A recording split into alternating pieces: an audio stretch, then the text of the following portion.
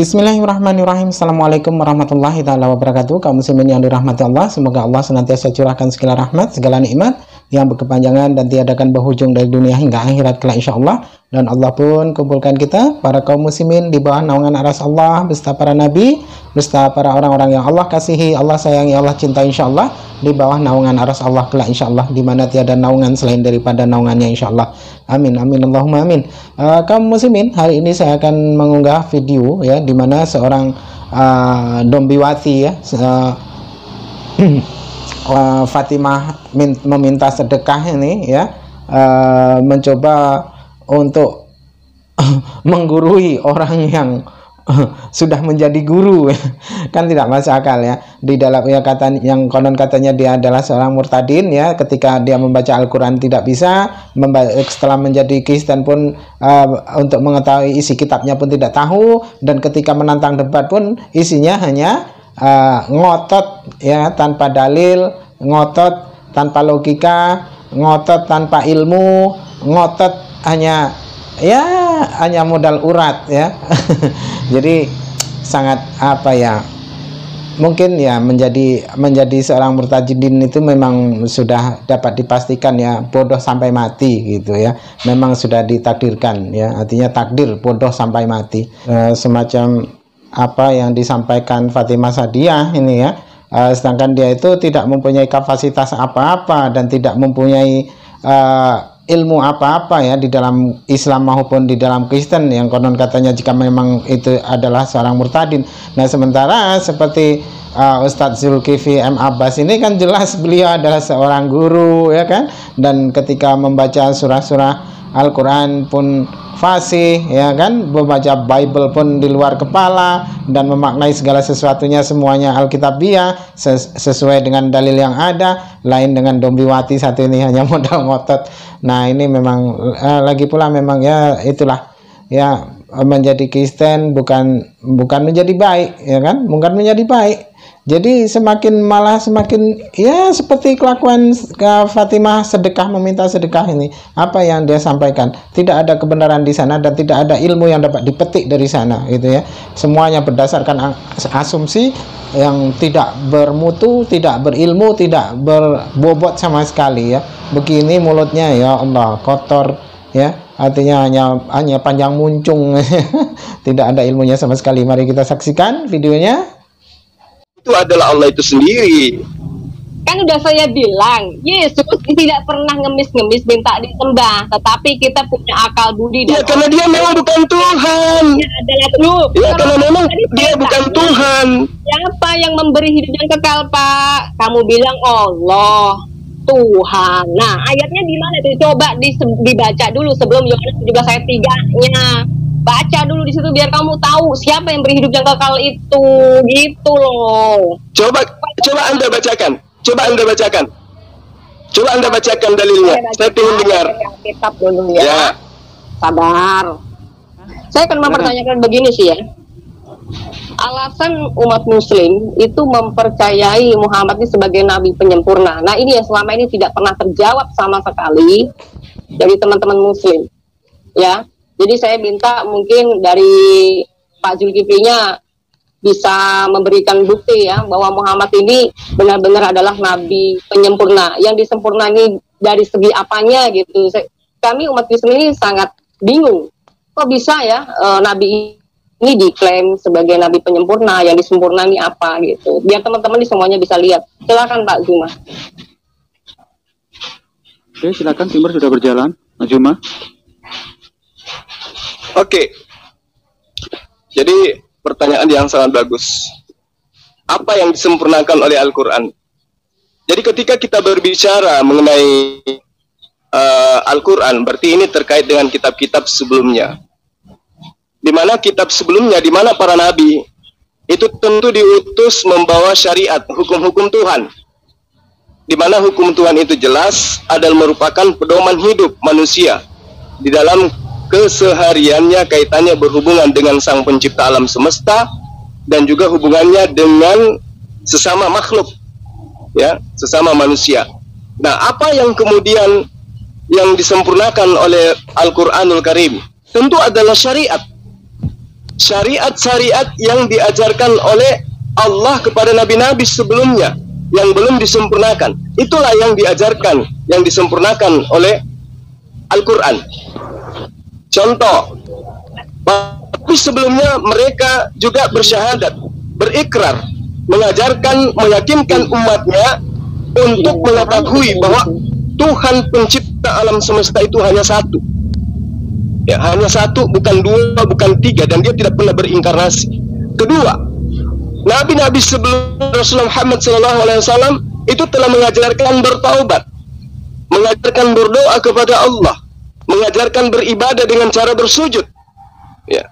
Ketiga, nabi-nabi sebelumnya mengajarkan sunnat, mengajarkan berpuasa, mengajarkan beramal soleh, mengajarkan mengucapkan insya Allah, mengajarkan berhijab, mengajarkan bersuci, bertakhir atau berwudu, mengajarkan mengkafani orang yang sudah mati. Itu ajaran para nabi terdahulu. Dan itulah serangkaian ajaran syariat yang disempurnakan oleh Al-Quranul Karim, yang disempurnakan oleh Allah melalui khatam nabiyyin Rasulullah Muhammad SAW. Sekarang saya bertanya kepada Anda, kalau Anda mengaku sebagai pengikut Yesus, tolong jelaskan kepada saya, di mana, kapan Yesus mengatakan dirinya mengajarkan agama Kristen? Di mana ajaran poin intinya adalah menyembah, menuhankan Yesus, menganggap Yesus sebagai Tuhan sang pencipta alam semesta.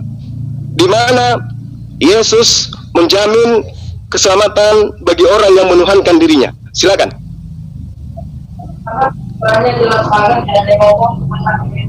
Ya, oke. Sekarang saya jawab.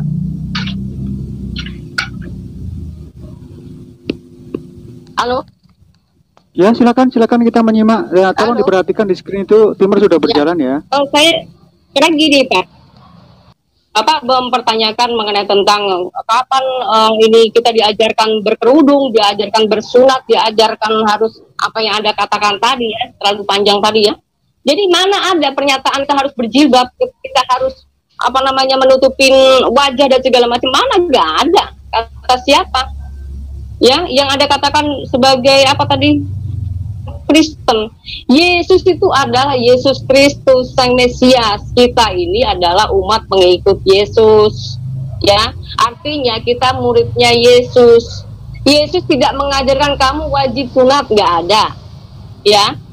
Jadi di sini artinya Anda tidak pernah bisa menjadi pengikut Yesus karena apa? Anda adalah orang yang menentang tentang ajaran itu sendiri di sunat. Yang ada sunat hati, begitu bro. Ya. Gimana?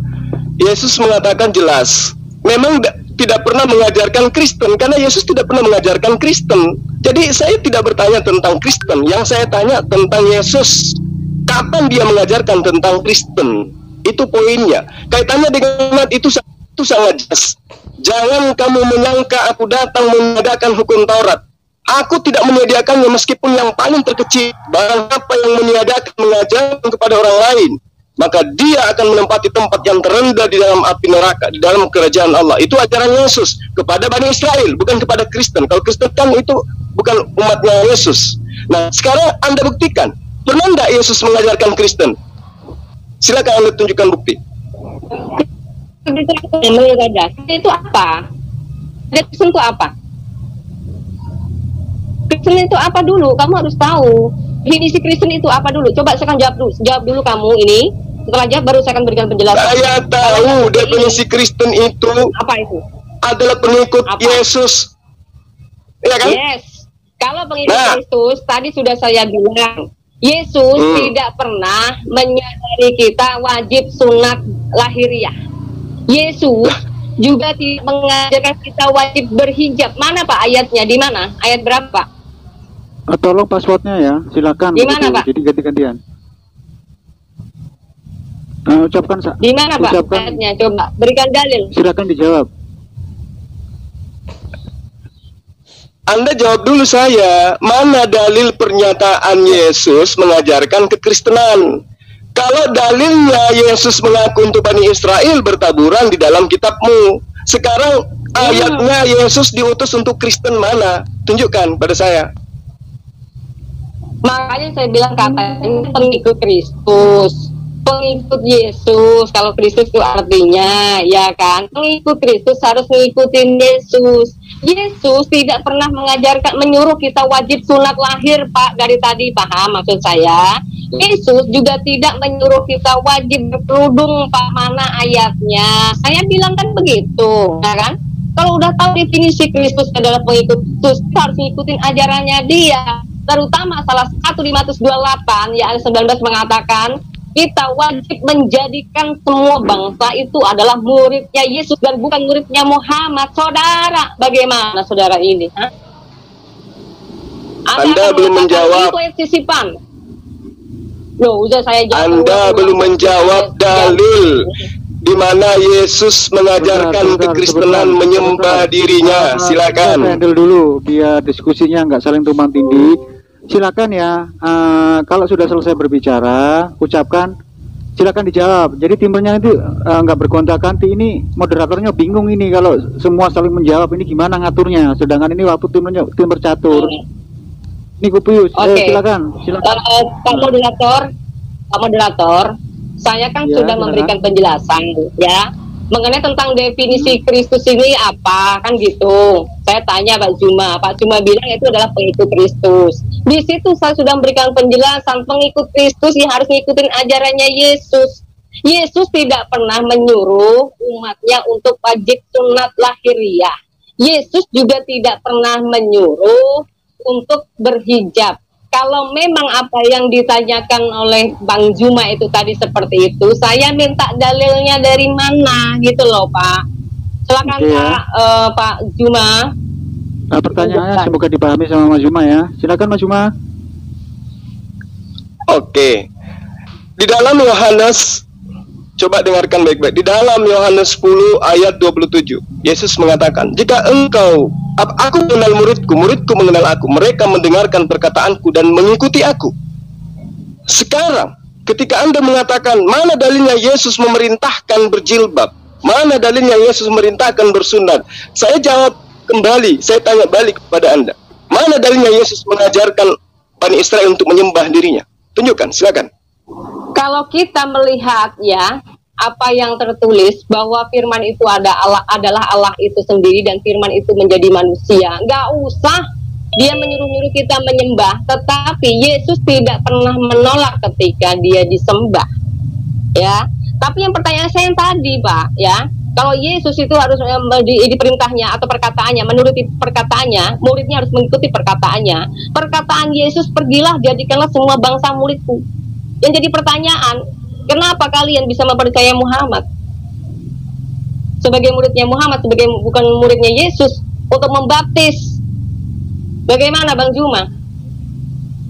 Silakan jawab.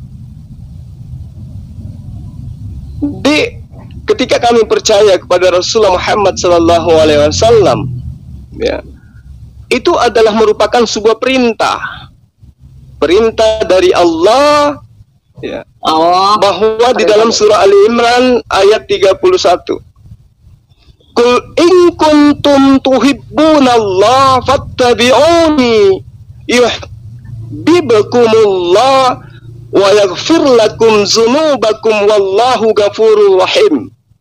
Katakanlah, in kuntum tuhibbunallah, jika benar-benar kalian mencintai Allah, kata Rasulullah Muhammad SAW, fattabi'uni, maka ikutlah kepadaku. Ini perintah. Nah sekarang, mana dalilnya kepada Anda untuk ikut kepada Yesus dengan cara menyembah dirinya? Ada dalilnya tidak? Padahal di dalam kitab Anda sendiri, di dalam Matius, ya, Matius 19 ayat 29, di situ dikatakan, Lukas 14 ayat 26, ya, jika orang yang mengikuti aku tidak membenci ayahnya, ibunya, istrinya, anaknya, saudara perempuannya, saudara laki-lakinya, dia tidak bisa menjadi muridku. Itu pertanyaan, itu jawaban Yesus. Nah sekarang ketika saya tanya kepada Anda, tunjukkan dalilnya. di mana Yesus memerintahkan Anda untuk menyembah dirinya? Silakan. Sudah, oke, sudah saya bilangin Pak ya, Tuhan saya ini bukan gila sembah. Tuhan saya ini bukan Tuhan songong yang pengennya disembah tapi nggak mengasihi, ya. Tuhan saya itu benar-benar penuh kasih, ya, yang maha pengampun. Kita udah diberitahu pribadinya sebagai Tuhan yang pernah menjadi manusia, itu kita manusia harus tahu diri, kan kita punya akal budi, Pak, ya kan?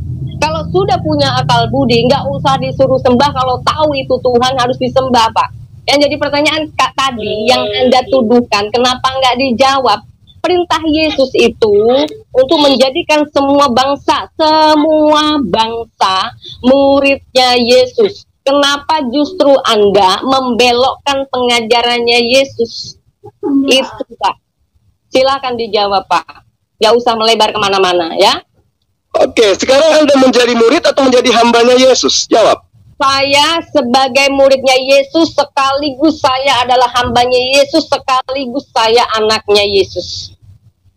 Di mana Yesus mengajarkan, memerintahkan, menjadikan bangsa menjadi dirinya? Semua menjadikan bangsa semua menjadi muridnya, itu ada di Matius 28 ayat 19. Asalkan Anda terima. Menjadi hambanya, silakan. Menjadi hambanya, silakan. Kita skip mengenai pembahasan Bible. Mendingan kita membahas kitabmu saja kalau begitu, kalau Anda tidak percaya. Loh, bagaimana Anda mau membahas kitab saya kalau kitab Anda saja Anda tidak paham? Anda berasumsi dari tadi. Ini fungsinya fungsi timer nggak berfungsi ini soalnya nggak pakai kode. Ya ada fungsi. Iya, masalahnya Kupus ya, silakan berdiskusi yang santun saja. Silakan TikTok saja ya. Ini Kupus waktunya. Kupus. Ya. Silakan. Betul, Pak. Moderator, terima kasih. Jadi gini, Bang Zul, saya bilang di Matius 28 ayat 19 itu tadi sudah jelas. Jadikanlah semua bangsa muridku, kata Yesus. Itu gak usah kau belok-belokkan. Sejak kapan menjadi sudah segala macam? Apaan maksud Anda? Iya, saya tahu dalil itu, saya ngerti, lebih paham ayat itu daripada Anda. Yesus perintahkan menjadikan orang itu menjadi muridnya, hambanya. Pengajaran Yesus seperti apa? Kamu jelaskan. Pengajaran Yesus mengajarkan hidup kekal itu adalah mereka mengenal Engkau satu-satunya Allah yang benar dan mengenal Aku sebagai utusan Allah. Makanya saya tanya sama Anda, mana ajaran Yesus yang mengajarkan dirinya itu adalah Allah sehingga orang harus menyembah Dia? Mana? Tunjukkan. Ada enggak? Betul, karena di dalam Alkitab ini kita paham banget, Pak. Saya tanya, ada enggak dalilnya Yesus mengajarkan itu? Itu siapa? Yang berikan hidup yang kekal itu siapa? Yang memberikan hidup yang kekal itu siapa?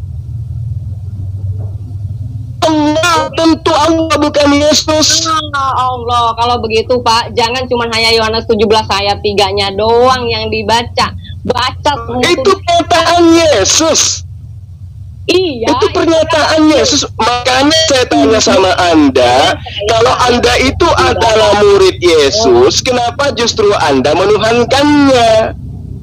Kenapa Anda menuhankannya kalau Anda mengaku muridnya? Kalau pengen tahu Yesus itu Tuhan, jangan dicomot ayat Yohanes 17 ayat 3-nya toh. Sama. Kalau Anda ingin mengakui Yesus itu Tuhan, jangan tinggalkan ajaran Yesus yang mengatakan dirinya bukan Tuhan.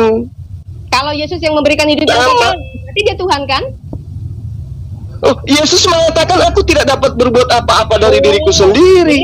Yang kemana-mana, coba kamu tuh bacanya ya, Yohanes 17 ayat 3. Masa tiba-tiba Yohanes 17 ayat 3? Baca dulu ayat sebelum dan sesudahnya, Pak. Nah, makanya saya bilang apa? Kalau ngebahas Alkitab, situ harus berani dan siap. Oh, itu kan asumsi Anda untuk lari.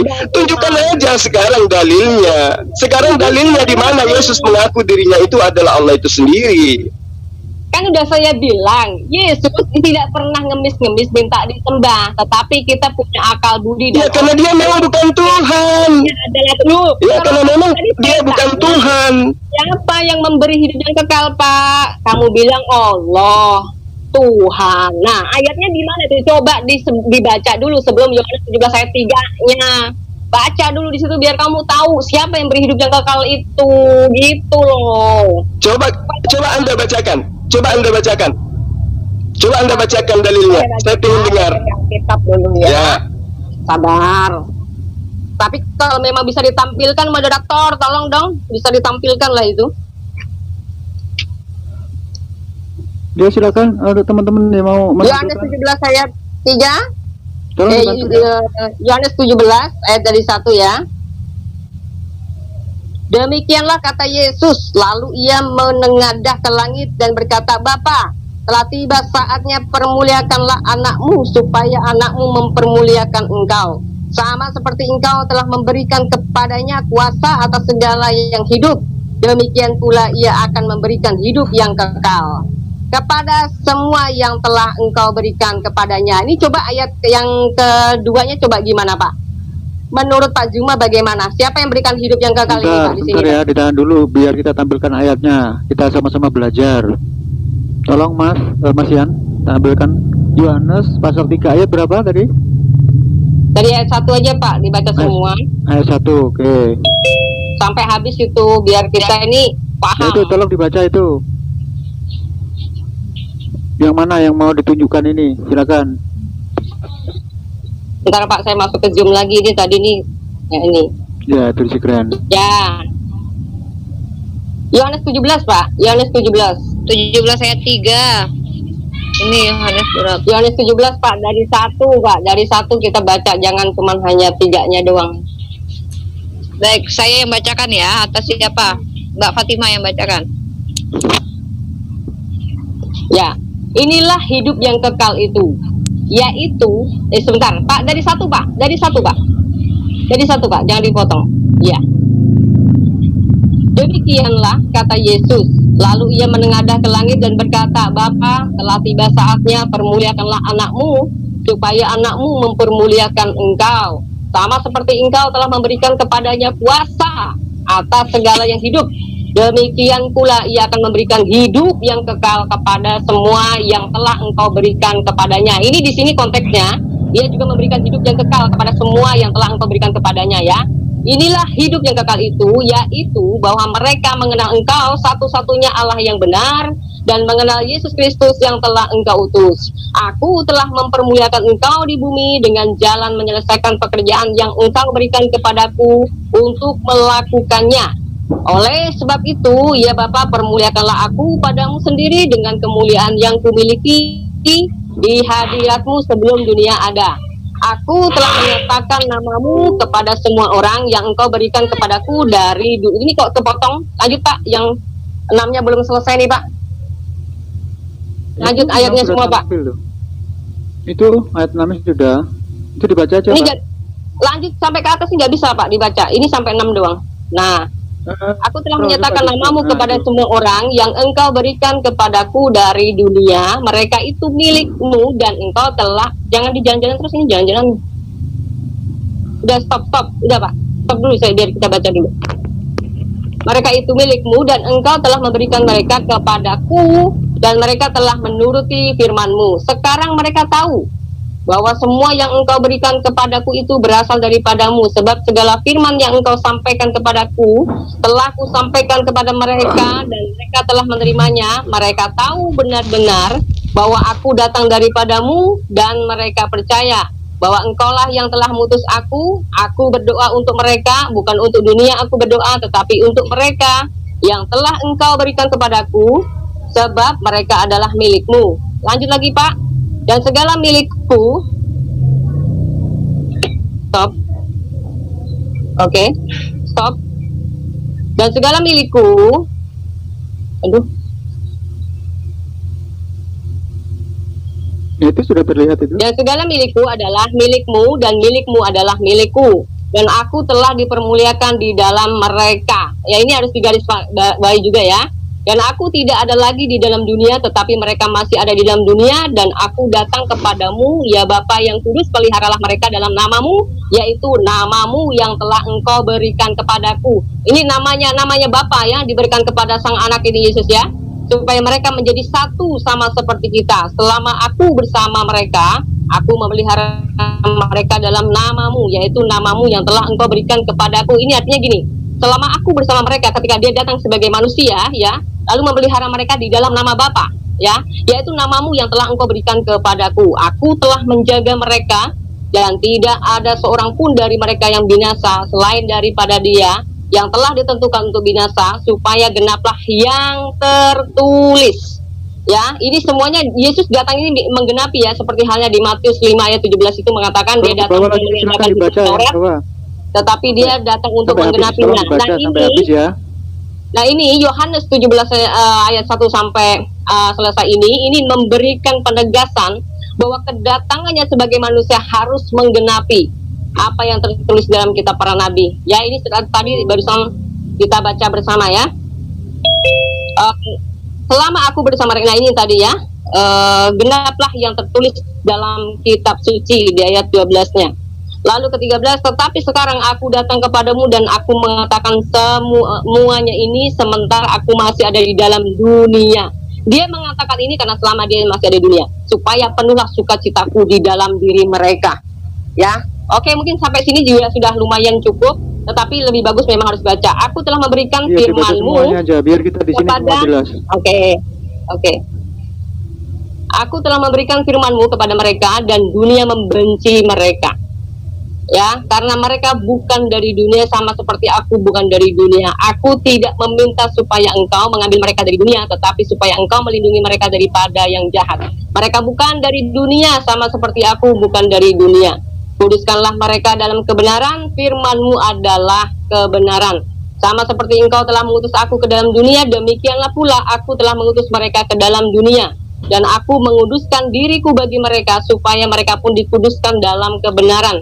Dan bukan untuk ini saja, tetapi untuk orang-orang yang percaya kepada pemberitaan mereka, supaya mereka semua menjadi satu sama seperti engkau ya Bapa, di dalam aku dan aku di dalam engkau, dan mereka juga di dalam kita. Nah ini artinya dia membicarakan bahwa apa yang disampaikannya kemanusiaannya lah, dia harus menggenapi semua yang tertulis di kitab para nabi ya, sebagai utusan. Dan jadi pertanyaan, selama ini Islam selalu menganggap bahwa Yesus adalah sebagai sebagai nabi saja. Padahal kalau kita lihat di Yesaya 55 itu mengatakan bahwa firman yang diutus ya itu adalah firmannya, dianya sendiri, dan itu digenapi di Yohanes 1 ayat 1 ya. Pada mulanya adalah firman, dan firman itu bersama-sama dengan Allah, firman itu adalah Allah. Lalu di ayat 14-nya apa? Firman itu menjadi manusia, kan seperti, makanya saya bilang teman-teman muslim kalau mau ngebahas Alkitab jangan cuma comon-comon ayat ya.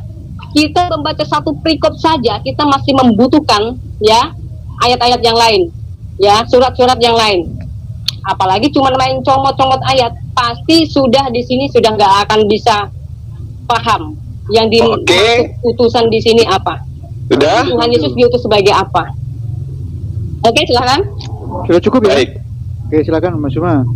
Dari ayat Yohanes 17 ini, ayat 1 sampai ayat seterusnya, di mana poinnya bahwa Yesus itu adalah datang mengajarkan untuk disembah? Ada enggak? Justru di dalil Yohanes 17 ini menyatakan dirinya itu adalah hamba Allah. Dia utusan Allah. Dari ayat 1 sampai ayat 26, Yesus mengajarkan kepada muridnya, bukan kepada hamba-hamba yang menyembah dia, kepada muridnya Bani Israel. Bagaimana Allah dia mengesahkan, mentauhidkan Allah yang telah mengutus dirinya. Dengan terang sekali Yesus mengatakan ya Allah.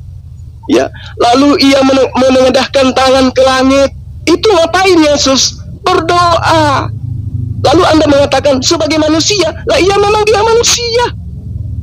Dari mana ke mana Tuhan itu bisa menjadi manusia? Nggak ada. Tuhan itu satu-satunya, kata Yesus. Di ayat 3-nya hidup kekal itu yaitu mereka. Siapa mereka? Bani Israel. Kalau Kristen kemudian mengatakan Yesus itu Allah, itu juga itu urusannya Kristen. Makanya saya katakan, tunjuk di mana Yesus mengajarkan tentang kekristenan. Anda tidak mampu menunjukkan itu. Yesus mengatakan hidup kekal itu adalah mereka Bani Israel, murid-muridku, mengenal engkau satu-satunya Allah yang benar, dan mereka mengenal aku, Yesus yang engkau utus. Ayat Yohanes 17 ini, ayat 1 sampai ayat seterusnya, Di mana poinnya bahwa Yesus itu adalah datang mengajarkan untuk disembah? Ada nggak? Justru di dalil Yohanes 17 ini menyatakan dirinya itu adalah hamba Allah. Dia utusan Allah. Dari ayat 1 sampai ayat 26, Yesus mengajarkan kepada muridnya, bukan kepada hamba-hamba yang menyembah dia, kepada muridnya Bani Israel. Bagaimana Allah dia mengesakan, mentauhidkan Allah yang telah mengutus dirinya. Dengan terang sekali Yesus mengatakan, ya Allah. Ya, lalu ia menengadahkan tangan ke langit. Itu ngapain Yesus? Berdoa. Lalu Anda mengatakan sebagai manusia, lah iya memang dia manusia. Dari mana ke mana Tuhan itu bisa menjadi manusia? Nggak ada. Tuhan itu satu-satunya, kata Yesus. Di ayat 3-nya hidup kekal itu yaitu mereka. Siapa mereka? Bani Israel. Kalau Kristen kemudian mengatakan Yesus itu Allah, itu juga itu urusannya Kristen. Makanya saya katakan, tunjuk di mana Yesus mengajarkan tentang kekristenan. Anda tidak mampu menunjukkan itu. Yesus mengatakan hidup kekal itu adalah mereka Bani Israel, murid-muridku, mengenal engkau satu-satunya Allah yang benar, dan mereka mengenal aku, Yesus yang engkau utus. Tapi kalau orang Kristen mengenal Yesus sebagai Allah juga, yaitu urusan Kristen. Karena Yesus kelak akan mengusir orang-orang yang bernubuat demi nama Yesus, yang mujizat demi nama Yesus, yang mengusir setan demi nama Yesus. Dengan Yesus mengatakan, kalian semua pembuat kejahatan, karena mereka tidak melakukan kehendak Bapakku yang ada di surga. Apa kehendak Bapakku yang ada di surga? Pertama, pada Bani Israel, Allah terang mengatakan, ya, di dalam kitabnya bahwa Anochi kasem kaasel hotsei jika meerets mitsarim mit bets afadim. Aku Tuhan, aku Allahmu yang membawa engkau keluar dari tanah Mesir, dari tempat perbudakan. Lalu Allah mengatakan kepada Bani Israel, bukan kepada Kristen ya, kepada Bani Israel, lo yihleha Elohim akhirim al-falana. Jangan ada padamu wahai Bani Israel, ada padamu Allah lain di hadapanku. Jadi kalau Kristen yang bukan Bani Israel bikin Allah lain, ya itu urusan Kristen. Maka dari tadi saya tanya kepada Anda, mana ajaran Yesus tentang kekristenan? Anda nggak mampu menjawabnya, karena memang Yesus hanya untuk Bani Israel. Loyi yeleha Elohim akhirim al-fanana. Jangan ada padamu Allah lain di hadapanku. Makanya ketika Yesus datang memberikan mujizat, mampu memberikan orang buta melihat, orang lumpuh berjalan, membangkitkan orang mati, imannya orang Yahudi tidak bergeming sedikit pun untuk menduakan Allah dengan Yesus. Tidak sama sekali. Dan bagaimana dengan Kristen? Oh, Kristen ini, mohon maaf, akan Kristen itu adalah penumpang gelap, bukan pengikut Yesus, tetapi mereka adalah pentuhan Yesus. Bukan murid Yesus, tetapi pentuhan Yesus. Makanya Anda keteteran ketika saya tanya. Kalau Anda paksakan Matius 28 ayat 19, jadikanlah semua bangsa muridku. Padahal bangsa murid yang dimaksud di situ 12 bangsa. Bukan bangsa Indonesia, bukan bangsa Malaysia, bukan. Bangsa yang dimaksud itu adalah suku bangsa, suku murid-muridnya ada 12 suku. Jadikan kedua suku muridku itu sebagai muridku, sebagai pengikutku. Kalau dia mengikuti aku, tentu mereka akan menyembah hanya kepada Allah. Tentu mereka mengakui aku sebagai utusan Allah. Selesai. Ayat Yohanes 17 Anda baca sampai ayat 26, Anda harusnya malu. Membaca ayat itu lengkap, justru menerangkan Yesus itu hamba Allah. Makanya di dalam Yohanes 4 ayat 22 Yesus mengatakan, aku menyembah Tuhan yang aku kenal, kalian menyembah Tuhan yang kalian tidak kenal. Itu yang dikatakan oleh Yesus. Jadi ketika Anda mengatakan tidak, Yesus itu adalah Tuhan, tunggu dulu. Ada ratusan ayat di mana Yesus menerangkan dirinya itu adalah manusia, dirinya itu adalah utusan Allah, dirinya itu berdoa kepada Allah. Apakah ada Tuhan berdoa kepada Tuhan? Tidak. Jadi dalil yang Anda katakan tadi itu sangat terang, sangat jelas, dan Yesus itu adalah utusan Allah. Makanya di dalam Al-Quran ketika Anda mengatakan tadi, Yesus mengatakan, jadikanlah segala bangsa muridku, segala bangsa menjadi muridku. Demi Allah, kami umat Islam sudah menjadi murid Yesus. Murid mengajarkan untuk taat kepada Allah, Islam melakukan itu. Yesus mengajarkan syariat, Islam melakukan itu. Yesus mengaku dirinya Rasul, Islam mengakui itu. Tidak sah keimanan seorang Muslim kalau tidak mengakui Yesus itu sebagai utusan Allah. Ya Bani Israel, Inni Rasulullahi ilaikum. Kata Yesus kepada Bani Israel, wahai Bani Israel, sesungguhnya aku ini utusan Allah untuk kalian. Kenapa kalian tolak? Aku ini utusan Allah untuk kalian. Makanya dikatakan di dalam Markus 12 ayat 29, Shema Israel, Adonai Eloheinu Adonai Ahad. Dengarkanlah wahai Israel. Tidak pernah dia mendengarkan, tidak pernah dia menyeru, wahai Batak, dengarlah wahai Bugis, dengarlah wahai Jawa, dengarlah wahai Makassar. Tidak pernah. Yesus selalu menyeru Israel, Israel, Israel. Jadi kasihan Anda ketika saya tanya, mana ajaran Yesus yang berkaitan dengan Kristen, mengatakan apakah tidak paham apa tingkatan daripada apa definisi daripada Kristen. Saya paham. Sama ketika orang juga berkata kepada orang sana, berkata, apakah kamu tidak ngerti apa itu Suma? Suma itu adalah pengikut Yesus. Tapi apakah saya Zulkifli mengakui mereka? Belum tentu. Sama dengan kalian, Kristen itu adalah pengikut Yesus. Buktinya mana kalau kalian mengikuti Yesus? Yesus menyembah kepada Allah, kalian menyembah kepada Yesus. Yesus memegang teguh Taurat, hukum Taurat, kalian mengaku dengan matinya Yesus di tiang, maka kita dibebaskan dari hukum Taurat dan bahkan dimerdekakan dari hukum penghambaan. Jadi mohon maaf kata, saya harus katakan kepada Anda bukan murid Yesus, tetapi Anda adalah kelompok yang menghambakan diri kepada makhluk Tuhan, utusan Tuhan bernama Yesus alaihissalam. Terima kasih. Ya, terima kasih Mbak Cuma. Oke, silakan saya Mbak Fatima. Wah, ini gak ada selesai-selesainya nih kalau kamu hanya membelintir-belintir ayat, Jul. Jadi Anda tadi katakan apa yang saya pelintir, Mbak? Jadi karena bangsa Mbak Yeri, yang saya pelintir yang mana? Ke-12 murid tadi, Pak, di Matius 28 yang mana? 19. Anda mengatakan katanya hanya pergilah jadikanlah bangsa ke-12 tuku. Bukan, Pak. Ini teksnya ini udah jelas, semua bangsa.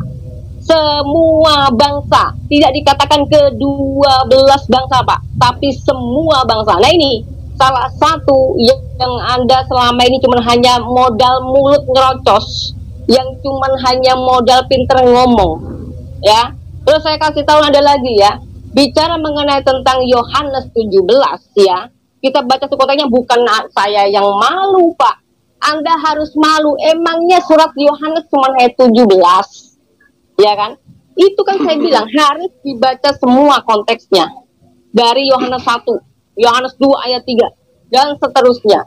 Begitu pula Yohanes 17 itu di atasnya mengatakan siapa yang memberikan hidup yang kekal, itu yaitu Yesus itu sendiri.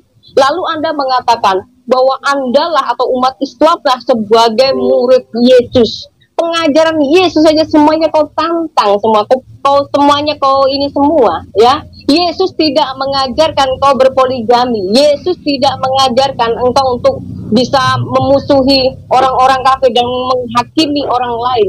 Tetapi di dalam ajaran Islam justru yang membenci orang-orang Kristen, ya, selalu bikin gosip.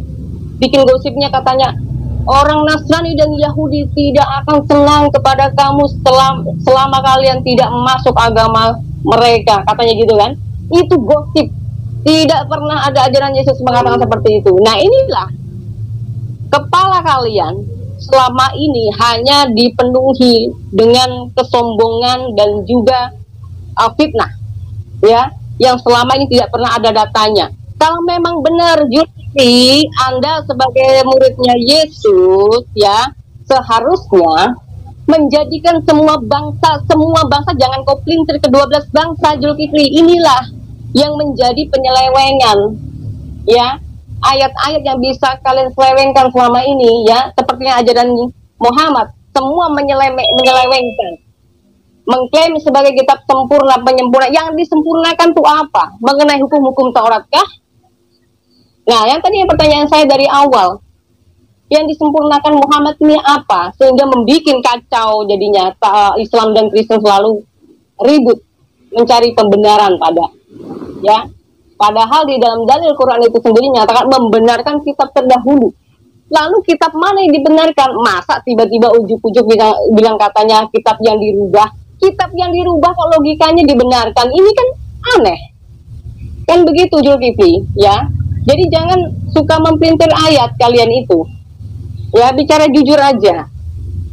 Yohanes 1 ayat 1 misalkan. Di situ sudah memberikan penjelasan mana ada Yesus itu sebagai Tuhan.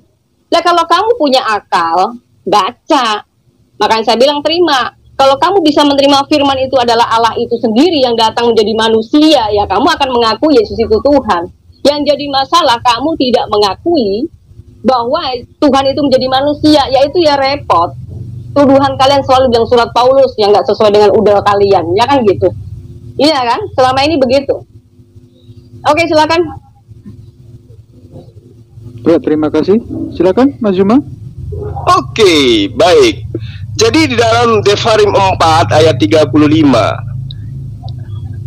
Etahare etalada atski Hashem hu ha Elohim and of mitfadov. Engkau diberi melihat untuk mengetahui bahwa Tuhanlah Allah, tidak ada lain kecuali Dia. Loh, kok tiba-tiba Dia jadi manusia? Engkau diberi melihat. Iya, betul. Engkau melihat apa tuh? Coba baca ulang. Engkau diberi melihat apa? Engkau diberi melihatnya untuk mengetahui. Melihatnya siapa? Ini siapa? Melihat kekuasaan Allah, melihat apa yang ada di alam semesta ini. Untuk mengetahui. Diberi melihatnya. Konteksnya ini itu siapa? Hasem, Allah subhanahu wa ta'ala. Kau diberi melihatnya. Kau diberi melihatnya Hasem, ya? Iya, betul. Nah, iya. Nah, gimana dong kalau memang dia sudah manusia dikasih lihat? Melihat itu bukan berarti dari mata. Tapi melihat sesuatu tidak. Melihat itu bisa dengan hati. Tuhanmu sendiri yang terbuat dari manusia itu mengatakan, kamu, Bapak yang mengutus aku, kamu tidak pernah melihatnya, suaranya pun tidak bisa kamu dengarkan. Nah, ini dalil yang saya bacakan kepada Anda. Dalil loh, dalil yang saya bacakan kepada Anda. Engkau diberi melihatnya untuk mengetahui bahwa Tuhanlah Allah, tidak ada yang lain kecuali Dia. Coba. Iya, memang tidak ada yang lain kecuali Dia. Terus kenapa ada Yesus? Firman itu ya. Kenapa ada Yesus? Ada Yesus karena ada fakta firman itu jadi manusia. Artinya itu Yohanes 1 ayat 1 itu firman siapa? Firman siapa ya? Yohanes 17 ayat 3 ya. Yohanes 1 ayat 1 itu firman siapa? Saya tanya samamu. Yohanes itu siapa? Kamu bilang yang nulis Yohanes siapa? Loh, itu kan dikatakan di dalam Yohanes 17 sudah jelas, Mbak Yeri. Yohanes, coba lihat Yohanes 1 yang Anda baca tadi. Ya, demikianlah kata Yesus. Jadi penulis ini mengatakan Yesus berkata. Lalu Yesus menengadah ke langit. Aja yang nulis. Berarti penulis Yohanes ini berkata Yesus itu mengadahkan tangan ke langit dan berdoa. Penulisnya mengatakan. Nah, sekarang Yohanes 1 ayat 1 ada nggak di situ keterangan? Yesus berkata. Situ percaya nggak dengan tulisan Yohanes? Loh, ini bukan masalah percaya atau tidak percaya, Mbak Yeri. Ini masalah kamu percaya ucapan kitabmu atau tidak. Ini kan saya tanya. Bukan begitu. Ini sekarang saya tanya samamu.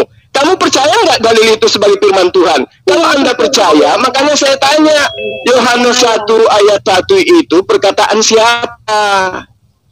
Perkataan Yesus itu banyak bertaburan di mana-mana, contoh di Yohanes 8. Saya tidak tanya perkataan Yesus itu di mana saja. Saya tanya Yohanes 1 ayat 1 itu perkataan siapa? Perkataan Yohanes semuanya, itu yang nulis Yohanes semuanya yang nulis. Iya, oke. Tetapi di dalam Yohanes 17 ayat 1, sang penulis Yohanes ini yang bukan murid Yesus mengatakan demikianlah kata Yesus. Lalu ia mengadahkan tangan ke langit lalu berdoa. Jadi ini ada keterangan dari penulis Yohanes yang menerangkan kepada Bu Yeri bahwa Yesus itu berdoa kepada Tuhannya. Bunyi doanya Yesus adalah, Tuhanku, telah tiba saatnya, permuliakanlah anakmu. Artinya permuliakanlah hambamu. Nah, Yohanes 1 ayat 1 tidak ada perkataan di situ. Yesus berkata, pada mulanya adalah firman. Firman itu bersama-sama dengan Allah. Firman itu adalah Allah. Tidak ada perkataan Yesus begitu. Bahwa Yesus berkata, tidak ada. Tidak ada juga berkata firman Allah atau berkatalah Allah atau berfirmanlah Tuhan. Tidak ada. Sekali-kali muncul pada mulanya adalah firman. Firman itu bersama-sama dengan. Ini adalah filsafat himne Plato persis. Berarti semua perkataan hadis itu bohong juga ya Pak ya, berarti ya? Ya tergantung. Kalau dia sanadnya ada yang cacat, matanya tidak sempurna, perawihnya diragukan, maka itu dhaif. Itu ada maudhu, itu ada yang sahih, ada hasan, dan seterusnya. Makanya belajar asbabul wurud hadis. Enggak, makanya saya bilang kalau ada tertulis itu jangan dipilih-pilih, karena memang ada perkataan atau persaksian dari para murid Yesus itu sendiri mengatakan seperti itu. Lalu ada ayat lain yang mengatakan, Yohanes 8 ayat 24 mengatakan, jikalau kamu tidak percaya bahwa akulah dia, maka kau akan modar dalam itu dengan dosamu sendiri. Itu bagaimana? Apakah Yesus bicara seperti ini juga kamu gak akan percaya? Kalau kamu tidak percaya bahwa aku, saya percaya dia itu adalah utusan Tuhan. Akulah dia, akulah utusan Tuhan itu. Oh, siapa yang bisa menanggung dosa Pak di situ? Kalau kamu tidak percaya sama dia, kamu akan mati di dalam dosamu sendiri itu. Kamu akan mati di dalam dosamu. Iya betul, makanya percayalah kepada Yesus Bu Yeri, bahwa dia itu utusan Tuhan. Jangan percaya kepada orang-orang yang menginginkan Yesus itu menjadi Tuhan. Percaya kepada Yesus. Yesus itu adalah Tuhan, Pak. Di mana dalilnya Yesus itu adalah Tuhan? Makanya dari tadi saya minta kepada Anda, tapi Anda mengatakan Yesus itu adalah Tuhan yang tidak gila sembah. Bukan, terbalik. Yesus itu tidak mengajarkan menyembah dirinya karena dia memang bukan Tuhan. Nah, demikian tadi kaum muslimin ya, perdebatan yang tidak seimbang ya antara Ustadz Zulkifli M. Abbas versus Murtadin Fatimah Sedekah ya, Dombiwati yang muncungnya aja panjang ya, berilmu tidak, pandai tidak ya, hanya modal ngotot, hanya modal bekicau. Tidak ada ilmunya sama sekali ya, sok-sok nantang berdebat segala macam. Aduh, Murtadin nih memang ya Allah, itu hanya besar muncung aja ya kan. Kalau hanya nyerocos itu bio pun pandai kan, murai batu pun pandai. Hanya bekicau-kicau nyerocos gitu ya. Tidak ada ilmu yang dapat dipetik dari sana dari Murtadin ya. Mungkin jadi Murtadin itu memang wajib bodoh sampai mati gitu ya. Jadi ya itulah, otak pun dijamban, kemana pula ya kan. Oke lah, demikian kaum muslimin yang dapat saya sampaikan. Saya akhiri video saya ini. Wassalamualaikum warahmatullahi taala wabarakatuh.